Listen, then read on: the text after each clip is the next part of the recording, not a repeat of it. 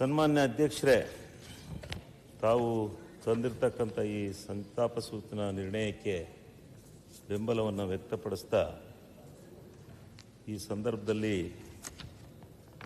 ನಮ್ಮ ಅರಸೀಕೆರೆ ಕ್ಷೇತ್ರದ ಶಾಸಕರಾದಂಥ ಎ.ಎಸ್. ಬಸವರಾಜ್ ಅವರು ನಿಧನ ಹೊಂದಿದ್ದಾರೆ, ದೈವಾಧೀನರಾಗಿದ್ದಾರೆ.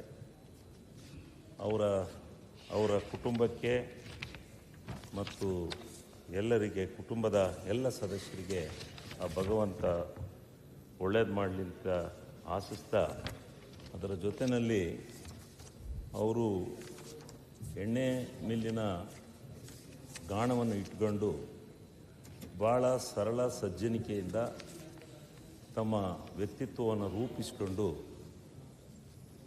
ರಾಜಕಾರಣವನ್ನು ಮಾಡ್ತಾಯಿದ್ರು. ಅವರು ಕಟ್ಟ RSSನ ಬೆಂಬಲಿಗರು. ಯಾವಾಗಲೂ ಅವರು ತಮ್ಮ ಡ್ರೆಸ್ಸನ್ನು ಹಾಕ್ಕೊಂಡೇ ಬೀದಿನಲ್ಲಿ ಪಥಸಂಚಲನವನ್ನು ಮಾಡ್ತಾಯಿದ್ರು. ವಾಕ್ ಬರಬೇಕಾದ್ರೂ ಹಾಕ್ತಾಯಿದ್ರು. ಅಂಥ ಒಂದು ಕಟ್ಟ ಬೆಂಬಲಿಗರು ಅವರು. ಬಹುಶಃ 12ನೇ ವಿಧಾನಸಭೆಗೆ ಆಯ್ಕೆ ಆಯಿತು. ಆಯ್ಕೆ ಆದಮೇಲೆ 5 ವರ್ಷಗಳ ಕಾಲ ಪೂರ್ತಿ ಆಗಲಿಲ್ಲ. 1 ವರ್ಷ ಇನ್ನೂ ಇದ್ದಂಗೆ ವಿಧಾನಸಭೆ ವಿಸರ್ಜನೆ ಆಯಿತು. ಪಾಪ ಕೇವಲ 4 ವರ್ಷಗಳಲ್ಲೇ ಅವರ ವಿಧಾನಸಭಾ ಸದಸ್ಯತ್ವವನ್ನು ಕಳ್ಕೊಳ್ಬೇಕಾದಂಥ ಪರಿಸ್ಥಿತಿಯು ಬಂತು. ಅವರಿಗೆ ನಿಜವಾಗ್ಲೂ ಆ ಭಗವಂತ ಒಳ್ಳೇದು ಮಾಡಲಿ, ಅವರ ಕುಟುಂಬಕ್ಕೆ ಎಲ್ಲ ರೀತಿಯ ಶಾಂತಿ ನೆಮ್ಮದಿಯನ್ನು ಕೊಡಲಿ ಅಂತೇಳಿ ಆ ಭಗವಂತನನ್ನು ಪ್ರಾರ್ಥನೆ ಮಾಡ್ತಾ, ಮತ್ತು ಇವತ್ತೇನು ಮನೋಹರ್ ತಹಸೀಲ್ದಾರ್ ಅವರು, ನಾವು ಶಾಸಕರಾಗಿ ಈ ವಿಧಾನಸಭೆಗೆ ಬಂದ ಮೇಲೂ ಅವರು ಇಲ್ಲಿ ಮಂತ್ರಿಗಳಾಗಿದ್ದರು. ಭಾಳ ಆಕ್ಟಿವ್ ಆಗಿ ಭಾಳ ಉತ್ತಮವಾದಂಥ ರೀತಿಯಲ್ಲಿ ಕೆಲಸವನ್ನು ನಿರ್ವಹಿಸ್ತಾ ಇದ್ದರು. ಅವರ ಕುಟುಂಬಕ್ಕೂ ಶಾಂತಿ ನೆಮ್ಮದಿ ದೊರೆಯಲಿ ಅಂತಕ್ಕಂಥದ್ದನ್ನು ನಾನು ಈ ಸಂದರ್ಭದಲ್ಲಿ ಕೇಳ್ಕೊಳ್ತಾ, ಕೆ.ಎಸ್. ಶ್ರೀನಿವಾಸ್ ಅವರನ್ನು, ಇಕ್ಬಾಲ್ ಹುಸೇನ್ ಆರಿಸ್ ಅಭಿವಿಚಾರ ನಡೀತಾ ಇದೆ, ನೀವು ಮಾತಾಡ್ತಿದ್ದೀರಿ. ಕೆ.ಎಸ್. ಶ್ರೀನಿವಾಸರವರನ್ನು ನಾವೆಲ್ಲ ಅವರ ಅನುಕರಣೆಯನ್ನು ಮಾಡ್ತಾ ಇದ್ವಿ. ಅವರು ಸದನದಲ್ಲಿ ಮಾತನಾಡ್ತಕ್ಕಂಥ ಸಂದರ್ಭದಲ್ಲಿ ನಾವು ಬಂದು ನೋಡ್ತಾ ಇದ್ವಿ. ಉತ್ತಮ ವಾಗ್ಮಿಗಳು, ವಾಕ್ಪಟುಗಳು, ವಿಚಾರವಂತರು, ಉತ್ತಮವಾದಂಥ ರೀತಿಯಲ್ಲಿ ವಿರೋಧಿ ಪಕ್ಷದ ನಾಯಕರಾಗಿದ್ದಾಗ ನಮ್ಮ ಅರಸೀಕೆರೆಗೆ ಒಮ್ಮೆ ಒಂದು ರಾಗಿ ಸ್ಕ್ಯಾಂಡಲ್ ಆಯಿತು.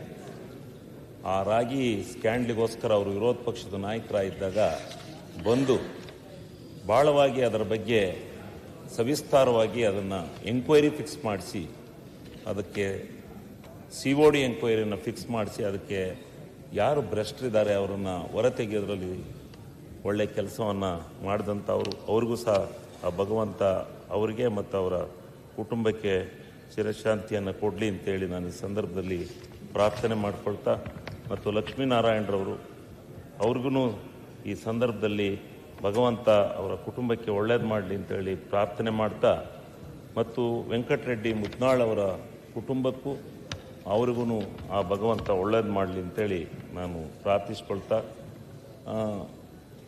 ರತನ್ ಟಾಟಾ ಅವರನ್ನು ನೆನೆಸ್ಕೋಬೇಕಾಗುತ್ತೆ. ಏಕೆಂದರೆ ಇವತ್ತಿನ ಈ ಸಂದರ್ಭದಲ್ಲಿ ಭಾಳ ಮಟ್ಟಿಗೆ ನಿರುದ್ಯೋಗಿ ಸಮಸ್ಯೆಯನ್ನು ನಿವಾರಣೆ ಮಾಡ್ತಕ್ಕಂಥ ನಿಟ್ಟಿನಲ್ಲಿ ಪ್ರಾಮಾಣಿಕವಾದಂಥ ತಮ್ಮ ಪ್ರಯತ್ನವನ್ನು ಮಾಡಿದ್ದಾರೆ. ಸಾವಿರಾರು ಜನ, ಲಕ್ಷಾಂತರ ಜನ ನಿರುದ್ಯೋಗಿಗಳು ಆ ಸಂಸ್ಥೆಯಲ್ಲಿ ಕೆಲಸವನ್ನು ಮಾಡುವುದರ ಜೊತೆಗೆ ಈ ದೇಶದ, ಈ ರಾಜ್ಯದ ಆರ್ಥಿಕ ಉನ್ನತಿಗೆ, ಆರ್ಥಿಕ ಕ್ಷೇತ್ರದ ಉನ್ನತೀಕರಣಕ್ಕೆ ತಮ್ಮದೇ ಆಗಿರ್ತಕ್ಕಂಥ ಕೊಡುಗೆಯನ್ನು ಕೊಟ್ಟಿರ್ತಕ್ಕಂಥ ಇತಿಹಾಸ ಕೂಡ ಆಗಿದೆ ಅಂತಕ್ಕಂಥ. ಒಂದು ನಿಮಿಷ, ವೆಂಕಟೇಶ್ವರ ರೆಡ್ಡಿ ಅವರೇ, ವೆಂಕಟೇಶ್ವರ ರೆಡ್ಡಿ, ಅಲ್ಲಿ ಸಂತಾಪ ನಡೀತಿದೆ ಮಾರ, ಅಲ್ಲಿ ತೀರಿ ಹೋಗಿದ್ದಾರೆ ಸದಸ್ಯರು, ಅವರ ಕುಟುಂಬಕ್ಕೆಲ್ಲ ಸಂತಾಪ ಕಲಿಸಲಿ ಇದ್ದು ಮಾವಿತ್ರ ಒಂದು ಕಾರ್ಯಕ್ಕೆ ಭಾಗವಹಿಸ್ತಾರೆ. ನೀವು ಅಲ್ಲಿ ನಿಂತು ಮಾತಾಡೋದು, ಇಲ್ಲಿ ಆ ಕಡೆ ಈ ಕಡೆ ಹೋಗೋದು, ಇದಕ್ಕೆ ಪಾವಿತ್ರತೆ ಇಲ್ವಾ ಸಂತಾಪಕ್ಕೆ? ಮತ್ತೆ ಸಂತಾಪ ಯಾಕೆ ಇಲ್ಲಿ ಇರುಕ್ಕಲ್ಲ? ನಾವು ನಮ್ಮ ಮನೆಯವರು ತೀರಿ ಹೋಗಿದ್ರೆ ಇಲ್ಲಿ ಸಂತಾಪ ನಡೆಸಿದ್ರೆ ನಿಮ್ಗೇನಾಗ್ತಿತ್ತು? ಅಲ್ಲಿ ಟಿವಿಯಲ್ಲಿ ಕೂತು ನೋಡುವಾಗ ಸ್ವಲ್ಪ ಅದು ಅರ್ಥ ಬೇಕಲ್ಲ. ಚಲುವಸ್ವಾಮಿ ಅವರೇ ಕೂತ್ಕೊಳ್ಳಿ, ಸಂತಾಪ ಆಗುವಲ್ಲಿ ಕೂಡ ಸ್ವಲ್ಪ ಸಹಕರಿಸಲ್ಲ ಕೂಡ. ಕಾಗೆ ಅವರು ಇಂಥ ಅನೇಕ ಟಾಟಾ ರಂಥವರು ಈ ದೇಶದಲ್ಲಿ ಹುಟ್ಟಿ ಬರಲಿ, ಈ ದೇಶದ ಭವಿಷ್ಯತ್ತಿಗೋಸ್ಕರ ಎಲ್ಲ ರೀತಿಯ ಸಹಾಯವನ್ನು ಮಾಡ್ತಕ್ಕಂಥ ನಿಟ್ಟಿನಲ್ಲಿ ಏನು ಒಂದು ದೊಡ್ಡ ನಿರುದ್ಯೋಗಿ ಸಮಸ್ಯೆ ಈ ದೇಶದಲ್ಲಿ ಒಂದು ದೊಡ್ಡ ಸಮಸ್ಯೆ ಆಗಿದೆ, ಅದನ್ನು ನಿವಾರಣೆ ಮಾಡ್ತಕ್ಕಂಥ ನಿಟ್ಟಿನಲ್ಲಿ ಪ್ರಾಮಾಣಿಕ ಪ್ರಯತ್ನ ನಡೆಯಲಿ.